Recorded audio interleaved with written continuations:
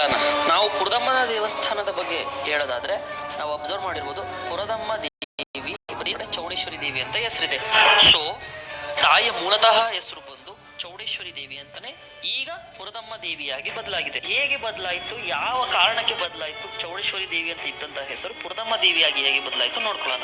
ಮೊದಲಿಗೆ ಚೌಡೇಶ್ವರಿ ದೇವಿ ಅಂತ, ಚೌಡೇಶ್ವರಿ ಅಮ್ಮನವರು ಅಂತ ಬಂದಾಗ ಅಮ್ಮನವರು ಹೇಗೆ ಭೂಮಿಗೆ ಬಂದ್ರು, ಯಾವ ಕಾರಣಕ್ಕೆ ಭೂಮಿಗೆ ಬಂದ್ರು ಅಂತ ಅಂದ್ರೆ ನಾವು ಹಳೆ ವಿಡಿಯೋದಲ್ಲಿ ಅಂದ್ರೆ ಜಲಗೇರಮ್ಮನ ವಿಡಿಯೋದಲ್ಲಿ ನಾವು ನೋಡ್ಕೊಂಡಿದ್ವಿ. ಏನು ಅಂತಂದ್ರೆ ಅಸುರನ ಅಧಿಪತಿಯಾದ ಮಹಿಷಾಸುರನ ಅಟ್ಟಹಾಸವನ್ನು ಮಟ್ಟ ಹಾಕಲು ಆದಿಶಕ್ತಿ ಚಾಮುಂಡೇಶ್ವರಿ ರೂಪಧಾರಿಯಾಗಿ ಬಂದು ಮಹಿಷಾಸುರನ ಸಂಹಾರ ಮಾಡಿ ಮೈಸೂರಿನಲ್ಲಿ ಹೋಗಿ ಮೈಸೂರಿನ ಚಾಮುಂಡೇಶ್ವರಿಯಾಗಿ ನೆಲೆಸಿದ್ದಾರೆ. ಅದೇ ರೀತಿಯಲ್ಲಿ ಮಹಿಷಾಸುರನ ತಮ್ಮನಾದಂತಹ ರಕ್ತಬೀಜ ಮಹಿಷಾಸುರ ಅಂತ ಒಬ್ಬ ಅಸುರ ಇದ್ದ. ಸೊ ಅವನಿಗೆ ಏ ಥರ ವರ ಇತ್ತು ಅಂತಂದ್ರೆ ಅವನ ಒಂದೊಂದು ಹನಿಯ ರಕ್ತ ಭೂಮಿಗೆ ಬಿದ್ದರೆ ಅದರಿಂದ 100 ಜನ, 1000 ಜನ, 1,00,000 ಜನ ಅಸುರರು ಹುಟ್ಕೋತಿದ್ರಂತೆ.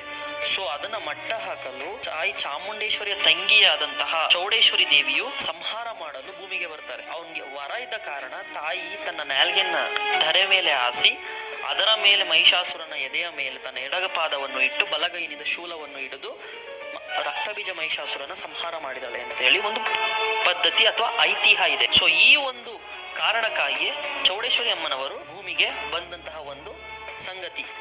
ಇನ್ನ ಪುರದಮ್ಮನ ದೇವಿ ಬಗ್ಗೆ ಮಾತಾಡೋದಾದ್ರೆ ಪುರದಮ್ಮ ದೇವಿಯ ವಿಗ್ರಹ ಬಂದು ಉದ್ಭವ ದೇವತೆಗಳಾಗಿದ್ದು, ಪುರದಮ್ಮ ದೇವಿಯ ವಿಗ್ರಹ ಬಗ್ಗೆ ನಾವು ಅಬ್ಸರ್ವ್ ಮಾಡಿದಾಗ 2 ದೇವತೆಗಳು ಕಾಣಿಸ್ತಾರೆ. ಒಂದು ದೊಡ್ಡಮ್ಮ ದೇವಿ ಮತ್ತು ಚಿಕ್ಕಮ್ಮ ದೇವಿ ಅಂತ ಹೇಳಿ ಆ ಊರಿನ ಸುತ್ತಮುತ್ತ ಊರಿನ ಜನರು ಕರೆಯುತ್ತಾರೆ.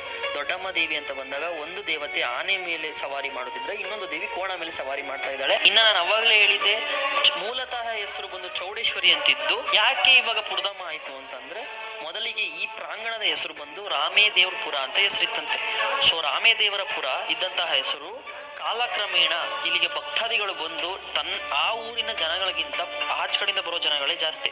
ಸೊ ಆಚ ಕಡೆಯಿಂದ ಬಂದಂತಹ ಜನ ಚೌಡೇಶ್ವರಿ ಅನ್ನೋ ಹೆಸರನ್ನ ಅಂದ್ರೆ ಹೋಗ್ತಾ ಹೋಗ್ತಾ ಹೋಗ್ತಾ ಇಲ್ಲಿದ್ದಂತಹ ಹೆಸರು ಬಂದು ರಾಮೇದೇವ್ರ ಪುರ ಅಲ್ವಾ. ಸೊ ರಾಮೇದೇವ್ರ ಪುರದಮ್ಮ ಹಾಗೆ ಹೋಗ್ತಾ ಹೋಗ್ತಾ ಪುರದಮ್ಮ ಆಗಿ ಮಾರ್ಪಾಡಾಗಿ ಇವಾಗ ಆಚೆಯಿಂದ ಭಕ್ತಾದಿಗಳು ಬರುವಂತಹ ಕಾರಣ ಪುರದಮ್ಮ ಅಂತಾನೆ ಅವ್ರಿಗೆಲ್ಲರಿಗೂ ಫೇಮಸ್ಸು. ಬಟ್ ಈಗಲೂ ಕೂಡ ಆ ಊರಿನವರು ಚೌಡೇಶ್ವರಮ್ಮ ಅಂತಾನೆ ಪೂಜೆ ಮಾಡ್ತಾರೆ. ಇನ್ನು ಈ ದೇವಸ್ಥಾನ ಬಂದು 1939ರಲ್ಲಿ ಕುಳ್ಳೇಗೌಡ ವಂಶಸ್ಥರು ನಿರ್ಮಿಸ್ತಾರೆ. ಇವತ್ತಿಗೂ ಕೂಡ ಆ ವಂಶಸ್ಥರೇ ಜಾತ್ರೆನ ಪ್ರತಿ ವರ್ಷ ಮುಂದುವರ್ಸೋದು. ಯಾವಾಗುತ್ತೆ ಜಾತ್ರೆ ಅಂತಂದಾಗ ಯುಗಾದಿ ಆಗಿದ್ದ ಮಾರನೇ ದಿವಸದಿಂದ ಜಾತ್ರೆ ಶುರುವಾಗುತ್ತೆ. ಬಟ್ ಒಂದು ಏನು ಅಂತಂದ್ರೆ ಅಕಸ್ಮಾತ್ ಯುಗಾದಿ ಹಬ್ಬ ಭಾನುವಾರ ಬಂದ್ರೆ ಸೋಮವಾರ ಮಾರನೇ ದಿವಸ ಆಗಿರುವಂತಹ ಕಾರಣ ಸೋಮವಾರ ನಾನ್ ವೆಜ್ ಮಾಡೋಕ್ಕಾಗದಿರುವಂತಹ ಕಾರಣಕ್ಕಾಗಿ ಸೋಮವಾರ ಬದಲು ಮಂಗಳವಾರಕ್ಕೆ ಶಿಫ್ಟ್ ಆಗುತ್ತೆ. ಅದು ಬಿಟ್ಟು ಬೇರೆ ಯಾವೇ ದಿವಸ ಬಂದರೂ ಮಾರನೇ ದಿವಸನೇ ಅಮ್ಮನವರ ಜಾತ್ರೆ ನೆರವೇರಿಸ್ತಾರೆ. ಇನ್ನು ಪುರದಮ್ಮನ ದೇವಸ್ಥಾನ ಬಂದು ಸರಿಸುಮಾರು ಬೆಂಗಳೂರಿನಿಂದ 200 ಕಿಲೋಮೀಟರ್ ಆದರೆ ಹಾಸನಿಂದ ಬರೀ 20 ಕಿಲೋಮೀಟರ್. ಪುರದಮ್ಮ ದೇವಸ್ಥಾನ ಬಂದು ಕರೆಂಟ್ ನಿಟ್ಟೂರು ಗ್ರಾಮ ಅವಾಗಿದ್ದು ರಾಮೇದೇವ್ರಪುರ. ಇನ್ನು ನಾನು ಅವಾಗಲೇ ಹೇಳಿದ್ದು. ಆ್ಯಂಡ್ ಈ ದೇವಸ್ಥಾನಕ್ಕೆ ಬಂದಾಗ ನಾವು 2 ವಿಷಯನ ಗಮನದಲ್ಲಿ ಇಟ್ಕೊಬೇಕು. ಒಂದು ಏನು ಅಂತಂದ್ರೆ ಅಮ್ಮನವರ ಹತ್ರ ಬೇರೆ ದೇವಸ್ಥಾನದಲ್ಲಿ ನೋಡ್ತಾರ ಕವಡೆ ಶಾಸ್ತ್ರ, ತಾಂಬೂಲ ಶಾಸ್ತ್ರ, ಎಲೆ ಶಾಸ್ತ್ರ, ಅಂಜನ ಶಾಸ್ತ್ರ ಅವೆಲ್ಲ ಏನು ಇಲ್ಲ, ಅಥವಾ ಪೂಜಾರಿ ಅವೆಲ್ಲ ಏನು ಕಾನ್ಸೆಪ್ಟ್ ಇಲ್ಲ. ಇಲ್ಲಿ ಏನು ಅಂತಂದ್ರೆ ನಾವೇ ಡೈರೆಕ್ಟ್ ಆಗಿ ಬರ್ಬೋದು, ಅಮ್ಮನವ್ರ ಹತ್ರ ಮಾತಾಡ್ಕೊಳ್ಬೋದು, ನಮ್ಮ ಕೋರಿಕೆ ಏನಿದೆ ಅಂತ ಅಮ್ಮನವ್ರಿಗೆ ಸಲ್ಲಿಸ್ಬೋದು. ಹೂವಿನ ಪ್ರಸಾದದ ಮೂಲಕ ಅಮ್ಮನವರು ಉತ್ತರ ಕೊಡ್ತಾರೆ.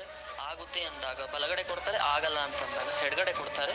ನಮ್ಮ ರಾಜ್ಯಗಳಿಂದ ಇರ್ಬೋದು, ಮೊದಲಿನಂತಹ ಉದ್ಭವ ಆಗಿದ್ದ ಕೂಡ ಇದು ಯಾವ ಥರವಂತಹ ಇದು ಯಾವ ದೇವರ ಹತ್ರ ಅಮ್ಮನವ್ರ ನಾವು ಕೋರಿಕೆಯನ್ನ ಕೇಳದಲ್ಲಿ ಅವಕ್ಕೆ ಮಂಟಪ ಕಟ್ಟಲಾಗಿದೆ. ಒಂದು ಕೋಣಗೆ ಕಟ್ಟಿದ್ದಾರೆ, ಇನ್ನೊಂದು ಕೋಣಗೆ ಕಟ್ಟಿಲ್ಲ. ಮೊದಲೆಲ್ಲ ಅಮ್ಮನವರದ್ದು ಇವಾಗ ಗುಡಿ ಇದೆ ಅಂದ್ರೆ ಗುಡಿಯ ಮುಂದೆನೆ ಪರಣಿ ಬಲಿ ನಡೀತಿತ್ತು, ಅಲ್ಲೇ ಪ್ರಸಾದನ ಅರ್ಪಣೆ ಮಾಡ್ತಿರೋ ದೇವರಿಗೆ. ಇವಾಗ ಮುಜರಾಯಿ ಇಲಾಖೆ ಆಗಿರುವ ಕಾರಣ ದೇವಸ್ಥಾನದ ಹೊರಗಡೆನೆ ಬಲಿಪೀಠ ಮಾಡಿದ್ದಾರೆ. ಅಲ್ಲೇನೆ ಬಲಿ ಕೊಟ್ಟು ಅಲ್ಲೇ ನೈವೇದ್ಯ ಆಗುತ್ತೆ ಅಮ್ಮನವರಿಗೆ. ಸೊ ನೀವು ಕೂಡ ಆರಾಮಾಗಿ ಟ್ರೈನಲ್ಲಾರ ಆಗ್ಬೋದು, ಬಸ್ಸಲಾರ ಆಗ್ಬೋದು, ಬಂದ್ಬಿಟ್ಟು ಹಳೆ ಬಸ್ ಸ್ಟ್ಯಾಂಡಿಂದ ಕರೆಕ್ಟಾಗಿ 20 ಕಿಲೋಮೀಟ್ರ್ ಆರಾಮಾಗಿ ಬಸ್ಸಲ್ಲಿ ಬಂದು ಅಮ್ಮನವ್ರ ದರ್ಶನ ಮಾಡ್ಕೊಳ್ಬೋದು. ಕೋರಿಕೆ ಏನಿದೆ, ಎಂಥ ಪ್ರಬಲಿತವಾದ ಕಷ್ಟ ಇದ್ರೂ ಕೂಡ ಅಮ್ಮನವರು ಕ್ಷಣ ಮಾತ್ರದಲ್ಲಿ ಅಯಸ್ಕಾಂತ ಥರ ಕರಗಿಸಿ ಉತ್ತರ ಕೊಡ್ತಾಳೆ, ಪರಿಹಾರ ಮಾಡ್ತಾಳೆ. ಸೊ ನೀವು ಕೂಡ ಬಂದು ವಿಸಿಟ್ ಮಾಡಿ. ಇದೇ ರೀತಿಯಾದ ಇನ್ಫಾರ್ಮೇಟಿವ್ ವಿಡಿಯೋ ಮುಂದಿನ ದಿವಸದಲ್ಲಿ ಯಾವ್ದಾರ ದೇವಸ್ಥಾನ